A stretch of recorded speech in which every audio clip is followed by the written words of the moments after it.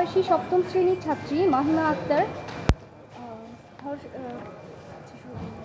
13 বছর বয়সী সপ্তম শ্রেণীর ছাত্রী মাহিমা আক্তার সে তার বাবার খুনের যে আসামি তাদের দ্বারা ধর্ষণের শিকার হয়, অপহরণ ও ধর্ষণের শিকার হন এবং তাকে প্রায় 20-25 দিন আটকে রেখে ধর্ষণ করা হয়। পরবর্তীতে তার মা তাকে খুঁজে না পেয়ে প্রথমে জিডি করেন এবং সে যখন এই ধর্ষকদের হাত থেকে পালিয়ে আসে তখন বিগত 11 জুন 2023 তার মা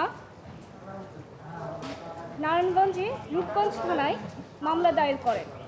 মামলাটিতে পরবর্তীতে তদন্ত রিপোর্টে 4 জন ধর্ষকের বিরুদ্ধে সত্যতা পেয়ে পুলিশ চার্জশিট দাখিল করে, যার পরিপ্রেক্ষিতে আদালত কগনিজেন্স অপরাধীদের বিরুদ্ধে অপরাধ আমলে গ্রহণ করে। অথচ 3 জন অপরাধীর বিরুদ্ধে চার্জ গঠন হলেও একজন অপরাধী জনাব রফিকুল, তিনি নারায়ণগঞ্জ বারের একজন আইনজীবী, তিনি ঘটনাস্থলে ছিলেন না। এই ডিফেন্সে ওনাকে ধর্ষণের মামলা থেকে অব্যাহতি দেওয়া হয়। পরবর্তীতে এই ধর্ষিতার মা নাসিমা বেগম, তিনি একজন গার্মেন্টস কর্মী, তিনি সুপ্রিম কোর্ট লিগাল এইডে এসে সাহায্য চান এবং সুপ্রিম কোর্ট লিগাল এইড মামলাটি আমাকে রেফার করে। এই মামলা চলাকালীন অবস্থায় লজ্জায় অপমানে মেয়েটি আত্মহত্যা করে। পরবর্তীতে এই মামলার চূড়ান্ত শুনানি শেষে আজ জাস্টিস KM হাফিজুল আলম এবং জাস্টিস মোহাম্মদ আতাবুল্লাহ সমন্বয়ে গঠিত বেঞ্চ এই অব্যাহতির আদেশকে বাতিল করে এবং ধর্ষকের বিরুদ্ধে প্রসিকিউশন চালানোর নির্দেশ দেয়। এবং আমরা এই বিষয়ে খুবই মর্মাহত যে মেয়েটা এই বিচারটা দেখে যেতে পারল না। চার্জ গঠনের সময় একজন ধর্ষককে অব্যাহতি দেওয়া হয়েছে। তিনি আইনজীবী, ওনার নাম হচ্ছে রফিকুল, তিনি নারায়ণগঞ্জ বারে প্র্যাকটিস করেন এবং উনি বলেছেন যে উনি ঘটনার সময় ওনার সিনিয়রের চেম্বারে ছিলেন এই ডিফেন্সে।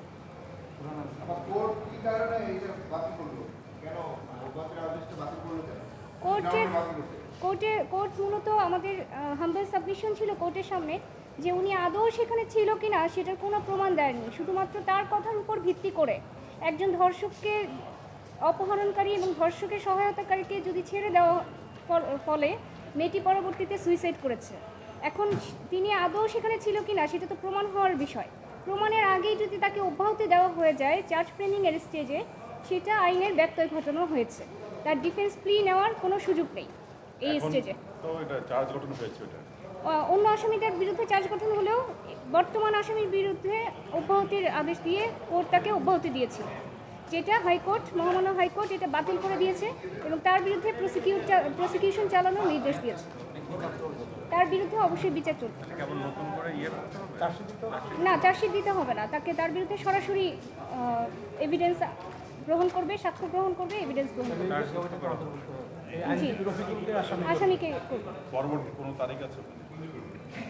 আমার এই মুহূর্তে জানা নেই। নারায়ণগঞ্জ আদালতে চলমান